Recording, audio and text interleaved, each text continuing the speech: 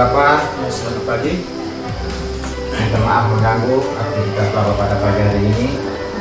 Dengan kehadiran saya mengganggu aktivitas Bapak pada pagi hari ini. Jadi baik, sebelum kita memulai, saya memperkenalkan diri dulu. Saya Patrisius Purwapada, asal dari SDK Leter, calon guru penggerak angkatan 9, dan ingin mewawancarai Bapak selaku Kepala Sekolah SMP Negeri Lembah Sepuluh, di mana saya akan mewawancarai Bapak berkaitan tentang dilema etika ataupun bujuk moral yang Bapak lakukan di lembaga SMP Lembah Subur ini. Jadi dari situ saya beri kesempatan untuk Bapak bisa memperkenalkan diri terlebih dahulu sebelum kita memulai wawancara kita. Baik, terima kasih untuk Pak Patrisius Purwapada ya, dari calon guru penggerak dari SDK Leter. Terima kasih Anda sudah hadir di sekolah ini mewawancarai saya sebagai kepala sekolah, yaitu tentang dilema etika dan moral. Terus terang bahwa mungkin nanti dalam wawancara mungkin ada hal-hal yang ditanyakan, tetapi terus terang bahwa saya menjawab apa adanya sesuai dengan yang saya lakukan di sekolah. Nah, itu yang perlu saya sampaikan kepada Pak Patrisius, supaya ini juga menjadi sebuah pembelajaran. Mungkin dengan adanya wawancara ini bisa saja ada hal-hal yang sebenarnya selama ini mungkin saya tidak pernah lakukan, tapi ini juga sebuah pembelajaran yang baru. Nah, jadi saya yakin dan percaya bahwa dilema etika ini terjadi di sekolah, dan ini kita sudah lakukan berulang-ulang. Sebagai kepala sekolah saya selalu mengalami itu. Itu saja yang saya sampaikan kepada Pak Patris. Mungkin ada hal-hal yang mau ditanyakan atau mau diwawancarai, saya siap untuk menjawab sebatas yang saya tahu. Oke, terima kasih banyak Bapak sudah memperkenalkan diri dan sudah menerima kehadiran saya di lembaga SMP Lembah Subur ini. Tidak memperpanjangkan kata, kita mulai pembahasan. Begini Bapak, ini ya, selama ini itu mana Bapak itu dapat mengidentifikasi tentang kasus-kasus yang merupakan dilema etika dan ataupun bujuk moral yang Bapak terapkan di dalam lembaga SMP Lembah Subur ini. Baik, terima kasih. Dari kasus-kasus yang dikasih yang selama ini sebagai kepala sekolah, yaitu kasus-kasus yang sebenarnya seperti biasa yang terjadi, menyangkut masalah ketemu siswa, bahkan masalah guru, bahkan juga masalah antara sekolah dengan orang tua, dan itu ya jenis masalah yang selama ini yang terjadi. Tapi antara sekolah dengan orang tua wali itu hampir sangat kurang, hampir tidak terjadi. Tapi kalau misalnya masalah siswa dalam hal ini, siswa misalnya kehadirannya sakit, mungkin tanpa berita, lalu masalah kekerasan yang terjadi di sekolah, walaupun hampir tidak terjadi, tetapi bahwa ini yang jenis masalah yang terjadi di sekolah. Jadi baik Bapak sudah menyampaikan artinya masalah-masalah yang Bapak hadapi di lembaga SMP Lembah Subur ini. Nah, selama ini itu Bapak menjalankan pengambilan keputusan di sekolah SMP lembaga SMP Lembah Subur ini itu terutama untuk kasus-kasus di mana yang dua kepentingan itu yang sama-sama benar ataupun sama-sama mengandung nilai kebajikan. Jadi kalau namanya kebajikan, berarti kita mengambil keputusan itu dilihat dari bukan hanya satu sisi saja, dilihat dari sisi manusianya, tetapi juga menyangkut soal melihat dari sisi akibatnya. Jadi kita membedakan antara kebaikan dan kebahagiaan. Ketika ada masalah di sekolah, terutama misalnya masalah siswa, kehadiran siswa di sekolah itu kan sudah ada tertib, siswa hadir, sudah hadir di sekolah. Tapi misalnya ada beberapa siswa yang sering terlambat.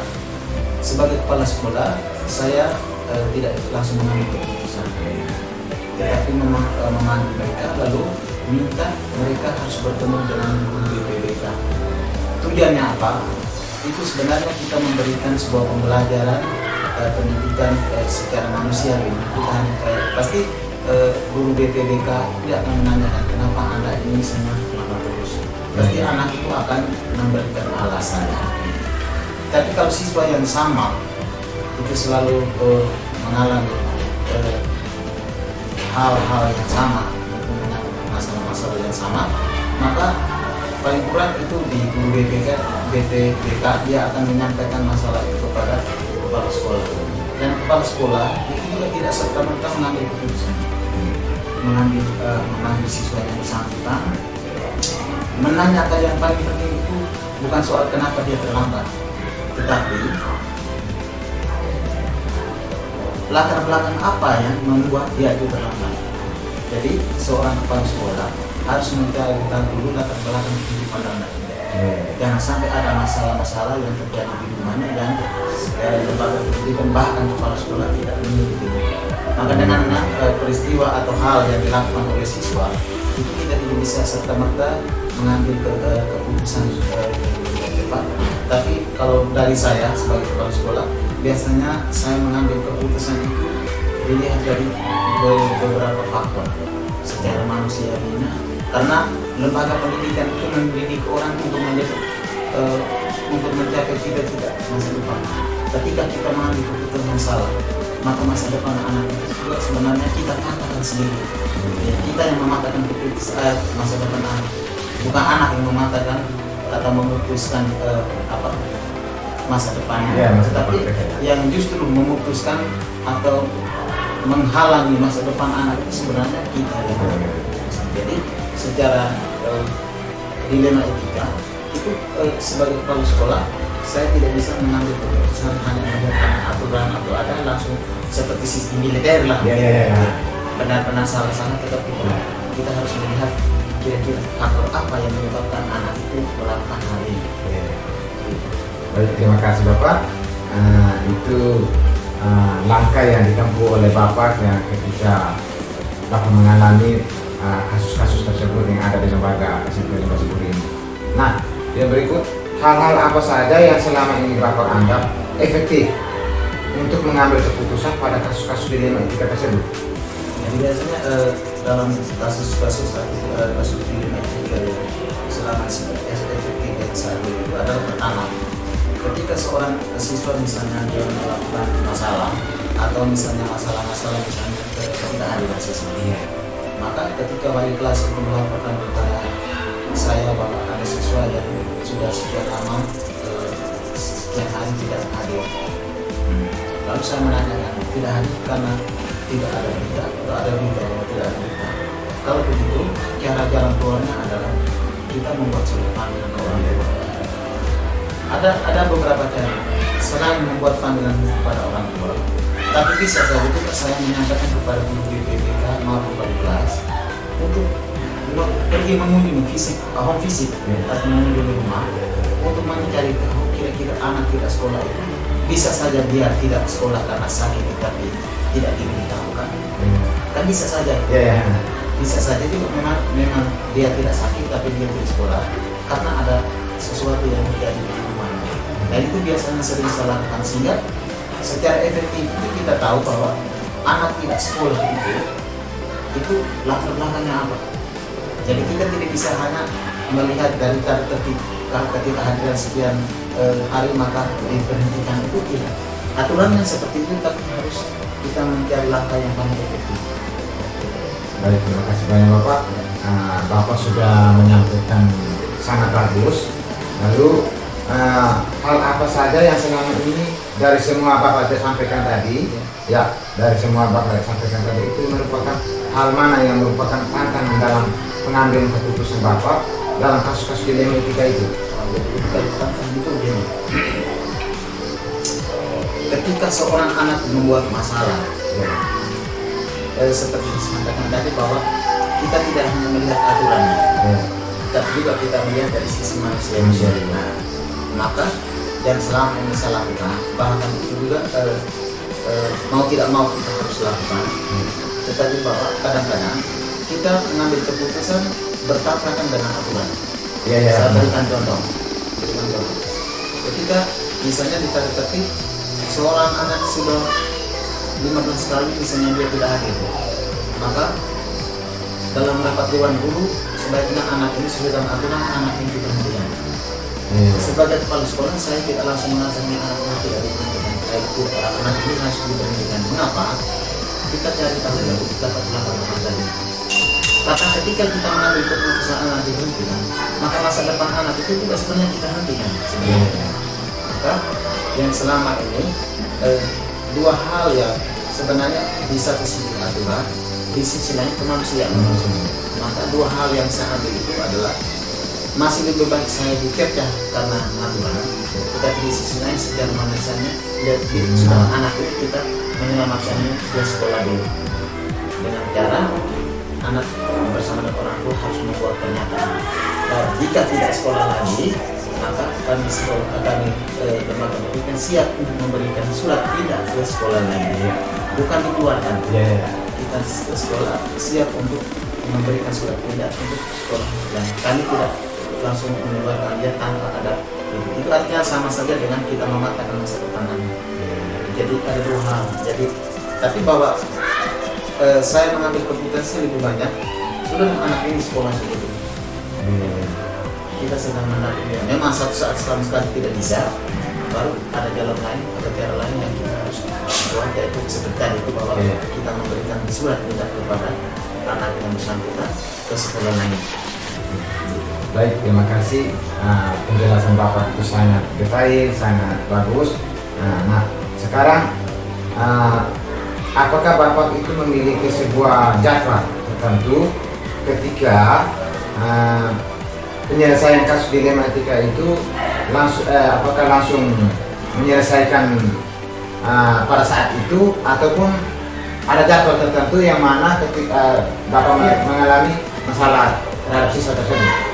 Jadi ini kan menyangkut soal dilema etika juga tadi. Jadi jadwal itu kan tidak ada karena kita menyelesaikan persoalan tergantung dari ada masalah. Ada masalahnya.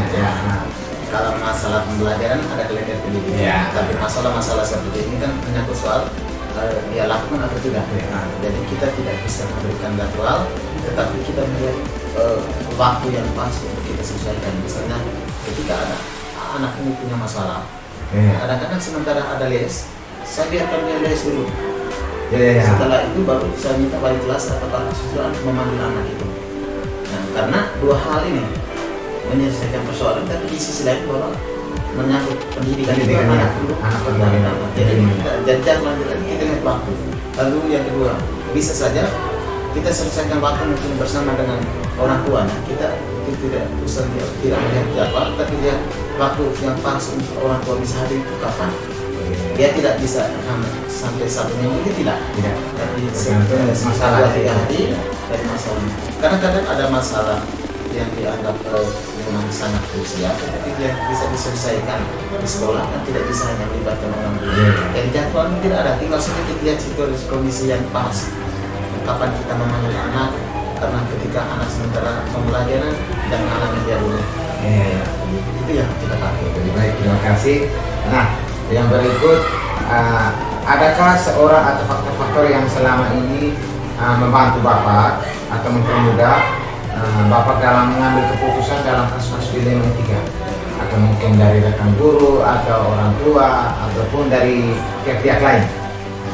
Baik, selama saya menjadi pemimpin itu ada hal-hal tertentu yang terkadang saya mengambil keputusan, tapi saya anggap itu ringan, itu saya bisa mengambil keputusan. Tetapi biasanya masalah yang sudah agak lebih berat yang bisa menimbulkan masalah baru misalnya. Biasanya itu saya harus memanggil beberapa guru yang saya pandang bahwa mereka masih muda tetapi bisa berpikir secara positif untuk ada jalan keluar untuk menyelesaikan persoalan. Jadi biasanya ada beberapa guru, misalnya wakil siswa, wakil kepala sekolah, guru BPBK, bahkan wali kelas. Jadi ketika ada masalah di sekolah, di kelas itu, maka yang biasa bisa diskusi itu dengan guru di wali kelasnya itu. Tidak semua wali kelas, tapi wali kelas itu, tapi keterlibatan misalnya guru BPK, guru BPBK, siswa itu biasanya masalah-masalah apa saja yang dilakukan anak kelas berapa saja, biasanya saya mengambil mereka. Dan biasanya sebelum kita mengambil keputusan itu kita mengambil apa? Kita diskusikan dulu. Jadi dalam ruangan seperti apa? Kenapa saya lakukan seperti itu? Kepala sekolah itu bukan segala-galanya. Karena dia menjadi kepala sekolah, karena ada siswa juga ada guru. Maka sebenarnya kepala sekolah itu sebenarnya punya tugas yaitu merangkul semua stakeholder yang ada di lembaga pendidikan untuk sama-sama membina siswa itu. Jadi kepala sekolah boleh dia menganggap bahwa dia itu adalah pemimpin paling utama, tapi belum tentu. Bahwa dia boleh menjadi pemimpin, tapi pembelajaran dalam kelas itu adalah guru mata pelajaran yang setiap hari melihat siswa. Karakter siswa itu justru yang dikenal begitu itu adalah guru. Karena setiap hari dia selalu berhadapan dengan siswa. Baik, terima kasih. Pertanyaan yang terakhir yang berkaitan dengan kegiatan kita hari ini, apa yang dari semua Bapak sampaikan tadi? Nah, dari semua hal-hal yang sudah sampaikan tadi, pembelajaran apa yang Bapak petik dalam pengalaman Bapak untuk mengambil keputusan dilema etika tersebut? Jadi pertama sebagai kepala sekolah, bahwa walaupun seorang kepala sekolah, sebagai seorang kepala sekolah, tapi tidak boleh tahu semuanya. Itu satu. Yang kedua, bahwa selain kepala sekolah, masih ada orang lain juga yang bisa membantu memberikan pikiran terhadap kepala sekolah untuk mencari jalan keluar ketika ada persoalan. Seperti sama tadi ada wali kelas, ada kalau siswa, ada guru BPBK, ada kepala sekolah, bahkan ada guru lain yang dirasa perlu untuk kita diskusi. Dan biasanya di sekolah ini saya selalu menanam hal itu karena saya boleh katakan bahwa sekolah itu banyak orang yang mengatur. Pada akhirnya keputusan pada kepala sekolah, tetapi sebelum kepala sekolah mengambil keputusan, paling kurang ada langkah-langkah yang harus saya tempuh, yaitu harus menanyakan kepada semua guru, saling kerjasama, supaya yang diputuskan itu adalah diputuskan secara lembaga pendidikan. Karena ada persoalan dihadapi oleh kita semua.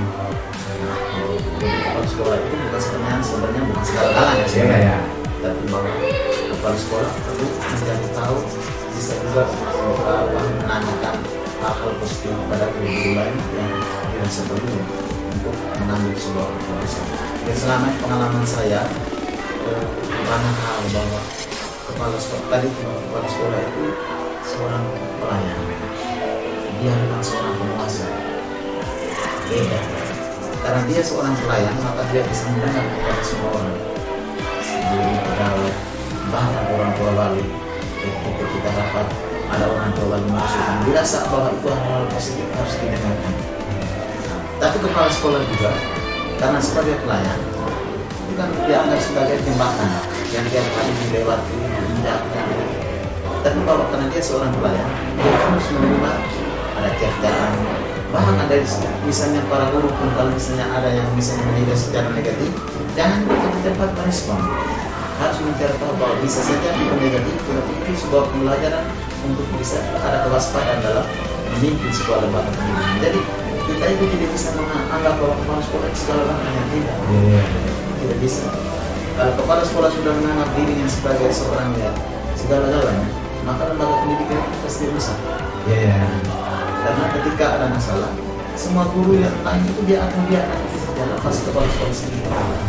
Dan kalau misalnya ada persoalan ringan atau berat, lalu sebelum kepala sekolah mengambil keputusan, langkah-langkah yang diambil adalah misalnya memanggil guru saya diskusi, maka guru sebenarnya secara tidak langsung dia merasa bahwa ternyata di lembaga pendidikan itu Bapak Kepala Sekolah ini juga mempercayai kita untuk memberikan langkah-langkah soal kita selesaikan bersama.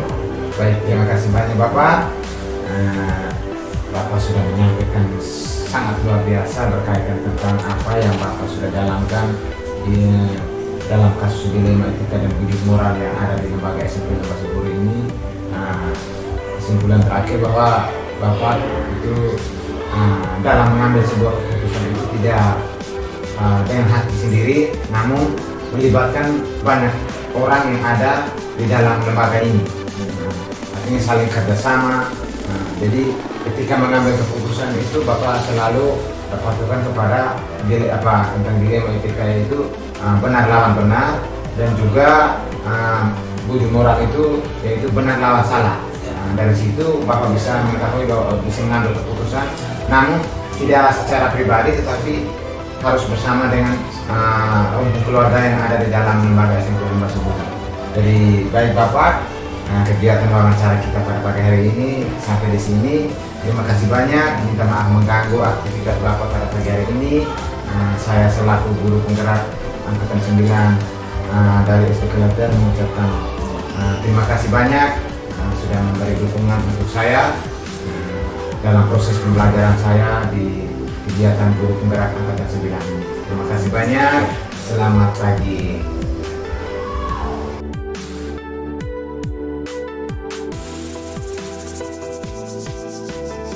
Selamat siang Bapak. Selamat bertemu kembali. Minta maaf yang kehadiran saya di sekolah Bapak mengganggu aktivitas Bapak pada siang hari ini. Sebelum memulai, saya akan memperkenalkan dulu berkaitan tentang kegiatan kita hari ini, yang kehadiran saya pada siang hari ini. Saya selaku peserta calon guru penggerak angkatan 9 dari SD Kalater, Kabupaten Flores Timur, dan Bapak sebagai kepala sekolah dari SDN Leter, Kecamatan Al-Narbal, Kabupaten Flores Timur. Di sini saya datang untuk melaksanakan wawancara bersama dengan Bapak berkaitan tentang kasus-kasus yang ada di lembaga ini, yang mana kasus yaitu yang Bapak tentukan dalam mengambil keputusan kebijakan, yang mana kasus tersebut mengalami kasus dilema etika ataupun budi moral. Yang pertama saya ingin menanyakan kepada Bapak berkaitan tentang lembaga yang Bapak asuh ini sebagai pimpinan. Begini Pak, selama ini dalam mengidentifikasi kasus-kasus yang merupakan dilema etika ataupun budi moral itu, Bapak melakukan mengidentifikasi itu seperti apa?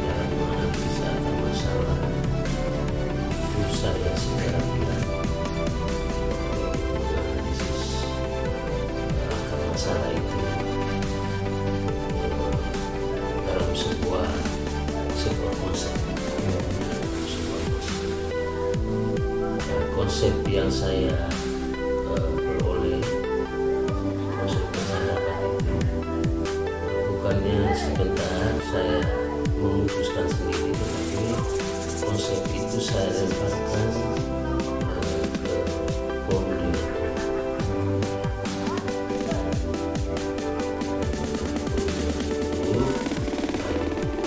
Sama-sama bisa berupaya untuk mencari solusi atau jalan terbaik dari kasus yang dihadapi baik pendidik maupun yang dihadapi universitas.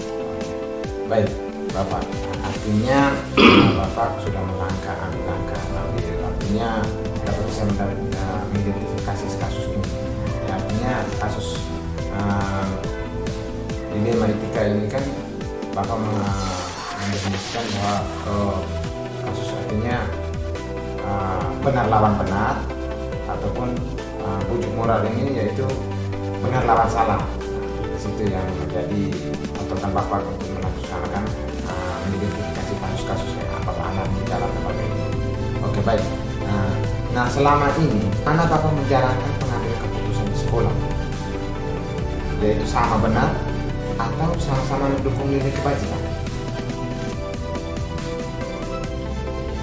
Jadi setelah menganalisa semua saya mendapatkan untuk kemudian tentu dalam mengambil keputusan bersama itu kami melihat pada alternatif yang kedua itu yang terbaik lah, Ya. itulah yang menjadi keputusan bersama. Oke, baik, terima kasih. Nah, dari Bapak sudah sampaikan bahwa ketika dalam melaksanakan melihat dari sebuah kasus, Bapak melaksanakan keputusan bersama dengan Dewan Guru ataupun keluarga besar yang ada di lembaga SDM ini, ataupun juga dengan orang tua wali kalau memang masalah-masalah itu yang bisa melibatkan orang tua wali. Baik. Lalu yang ketiga itu langkah-langkah atau prosedur seperti apa yang bisa Bapak lakukan selama ini? Mungkin yang Bapak sudah sampaikan seperti tadi.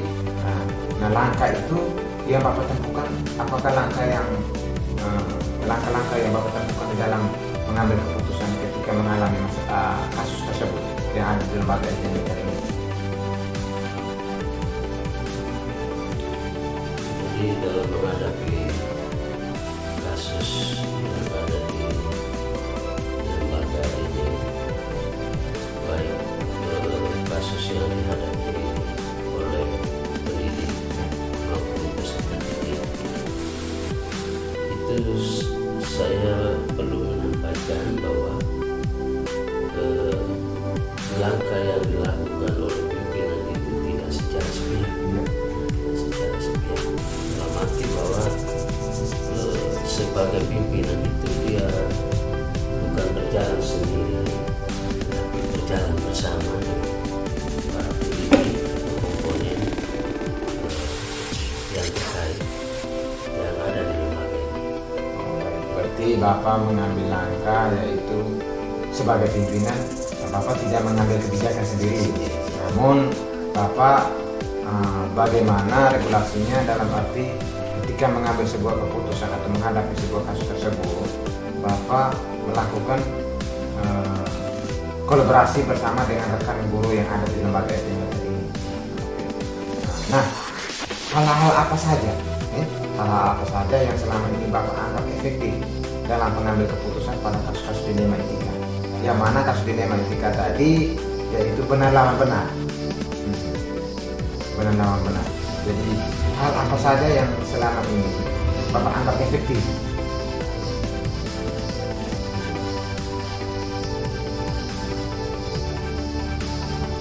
Jadi hal yang saya sebagai pimpinan lembaga hadapi dalam kasus-kasus yang ada di pendidikan ini,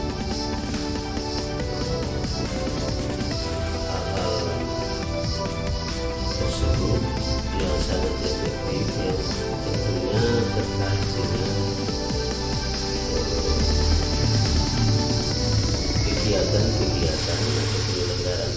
pendidikan yang ada di lembaga ini.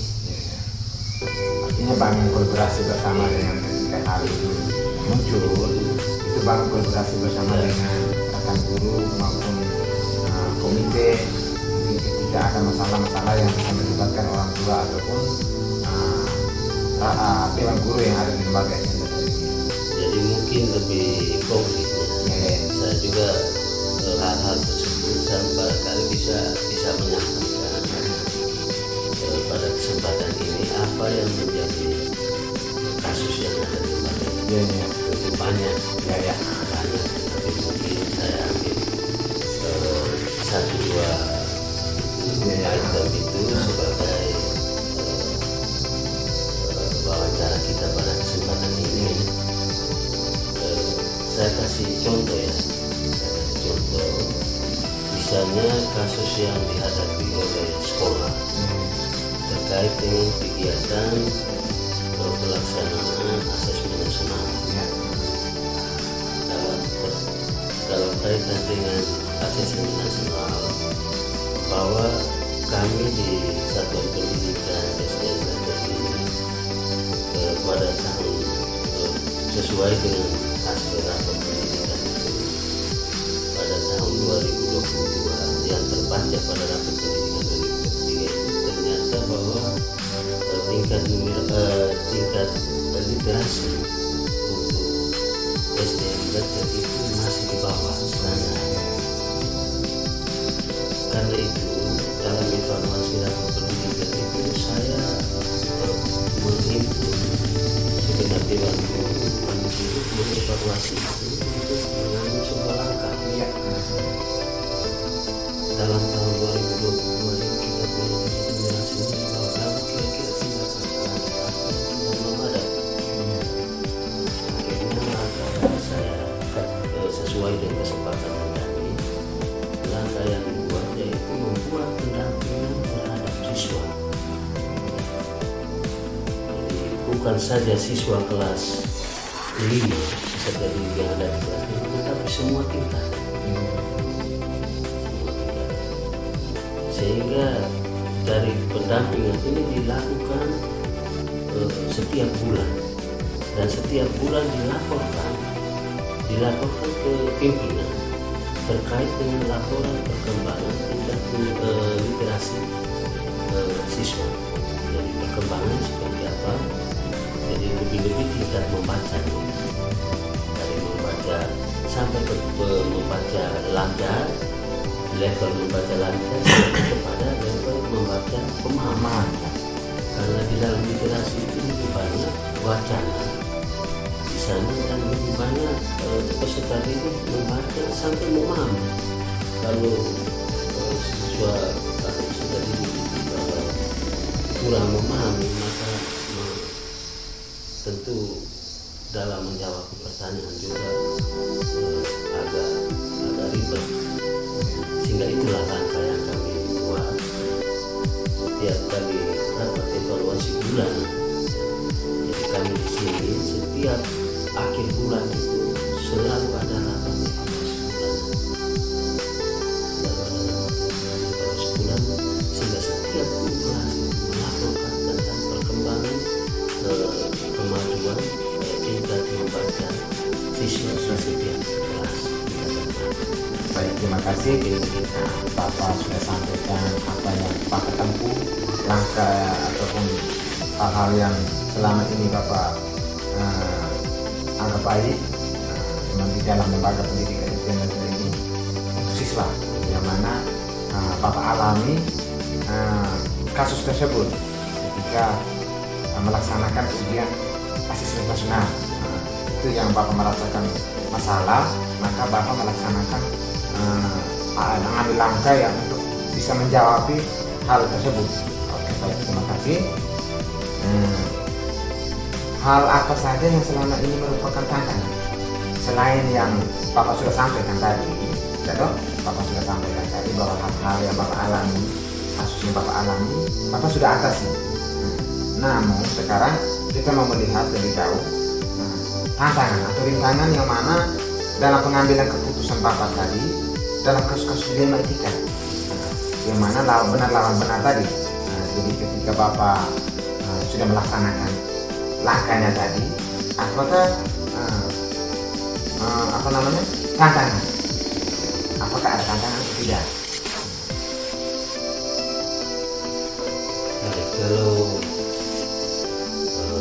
terkait dengan apa terkait dengan kasus yang tadi, ya. kasus tadi ada tentunya yang ini memang kesinambungan Ya. apa yang hal yang saya sampaikan tadi. Kalau yang terkait dengan tantangan tentu juga saya mau sampaikan bahwa hal seperti yang kami sepakati secara bersama-sama itu ya, selalu dilaksanakan oleh segenap muklas, mana setiap bulan mereka melaporkan dan ada bukti fisiknya yang mereka berikan kepada pimpinan. Hal yang menjadi tantangan itu mungkin dialami pada saat pendampingan. Pada saat pendampingan terhadap peserta didik. Jadi di dalam pendampingan terhadap peserta didik tentu guru kelas tentu menghadapi tingkat kecerdasan siswa dengan kemampuan yang berbeda-beda. Tentu itu menjadi tantangan bagi teman-teman. Terima kasih. Itu salah satu yang Bapak alami di dalam sebagai. Nah, yang berikut tentang berkaitan tentang apakah Bapak memiliki sebuah jadwal atau tatkala dalam sebuah penyelesaian kasus dilema etika tersebut, ataupun apakah Bapak langsung menyelesaikan di tempat ketika masalah itu terjadi? Terima kasih Pak. Jadi masih ada kesinambungan dengan tadi, berarti kecuali hal-hal lain. Ya. Tetapi kalau masih ada kesinambungan seperti tadi, itu sudah ada jadwalnya. Ya. Jadi jadwalnya yang biasa kami lakukan yaitu pada setiap hari. Jadi baik Bapak yang masalahnya seperti Bapak sampaikan tadi, lalu pasti sudah membuat sebuah kesepakatan bahwa kita akan melaksanakan evaluasi sekian. Berarti Bapak sudah memiliki jadwal tertentu untuk menyelesaikan masalah yang mana kasus tersebut tadi. Oke.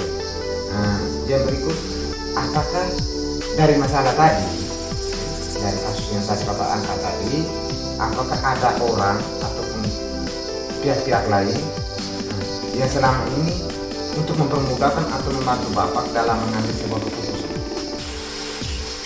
Terkait dengan hal-hal tadi dalam pengambilan keputusan, seperti apa yang saya sampaikan tadi, bahwa kalau komponen lain di luar dari lembaga atau satuan pendidikan, terus terang saya terbuka bahwa selama ini saya tidak libatkan. Tetapi komponen lain terkait dengan masalah tadi, ya, itu kalau bukan saya sendiri secara sepihak memutuskan, tetapi berdasarkan pertimbangan bersama, diskusi bersama Dewan Guru. Berarti Bapak mengambil langkah itu tidak secara sepihak, Ya, secara tidak sepihak karena memang Bapak sebagai Bapak pimpinan, jadi Bapak mengambil keputusan sendiri, tidak. Artinya Bapak mengambil langkah, mengambil sebuah tindakan dengan secara kebersamaan, kolaborasi antara rekan-rekan guru, bawahan Bapak, yang mana yang menjadi sebuah keputusan dari masalah tadi. Oke, baik, terima kasih Bapak. Itu artinya Bapak sudah melakukan kegiatan yang sangat bagus yang akan mungkin dipelajari untuk kami sebagai calon guru penggerak, yang mana langkah-langkah itu yang Bapak sampaikan kepada kami, itulah yang menjadi patokan untuk kami ke depannya, kami sebagai dipercayakan sebagai pimpinan. Oke. Lalu yang terakhir, dari semua hal yang Bapak sudah sampaikan tadi, Bapak sudah sampaikan permasalahan maupun kasus ataupun solusinya, langkah yang Bapak sudah lakukan. Nah, pembelajaran apa yang dapat Bapak petik dari pengalaman Bapak mengambil sebuah keputusan? Jadi pelajaran yang dapat saya petik dari pengalaman tadi itu yang pertama, bahwa seperti apa yang saya sampaikan tadi, bahwa sebagai pimpinan saya tidak berjalan sendiri, tapi juga bersama yang lain, sehingga dengan itu bahwa karena saya mengharapkan banyak ide atau gagasan dari pihak lain yang seperti itu, maka itu juga memperkaya saya, memperkaya wawasan saya ke depan. Yang kedua juga mendewasakan saya dengan kegiatan ini, dengan berdiskusi bersama, bagi ide dan gagasan bersama, bisa memperkaya wawasan dan juga mendewasakan saya dalam memimpin dan mengatur hal-hal yang terkait dengan perkembangan pendidikan yang ada di lembaga. Baik, terima kasih banyak Bapak. Apa yang Bapak sudah sampaikan, lalu pembelajaran yang Bapak petik, yang Bapak laksanakan selama ini di dalam lembaga ini bersama dengan rekan guru. Kesimpulan yang saya ambil berarti dari dilema etika tadi, dari dilema etika dan tujuh moral tadi yang kita angkat, yang ada di lembaga ini, artinya Bapak itu seorang pimpinan yang sangat luar biasa, yang mana Bapak tidak sewenang-wenang untuk melaksanakan atau menindaklanjuti sebuah kasus dengan sendiri. Namun Bapak mengambil inisiatif ataupun bekerja sama dengan dewan guru ataupun siswa, mungkin ketua OSIS, ada juga mungkin dengan orang tua wali yang Bapak libatkan ketika Bapak mengalami kasus-kasus yang merasakan dilema ataupun ujuk moral. Artinya kesimpulan dari saya bahwa Bapak tidak bergerak sendiri, namun secara bersama-sama mengambil solusi, mengambil sebuah keputusan, kebijakan yang demi mengangkat nama baik lembaga pendidikan di SMP. Terima kasih Bapak sudah mengganggu aktivitas harian pada siang hari ini. Saya selaku guru penggerak mengucapkan terima kasih banyak sudah memberi motivasi, memberi pikiran, memberikan langkah-langkah yang Bapak, yang positif dari Bapak untuk saya sebagai calon guru penggerak pelajari ketika saya ke depannya mungkin dipercayakan sebagai seorang pimpinan ataupun sebagai pimpinan terhadap siswa di dalam kelas ataupun di dalam lembaga saya yang saya. Terima kasih banyak. Salam, selamat siang.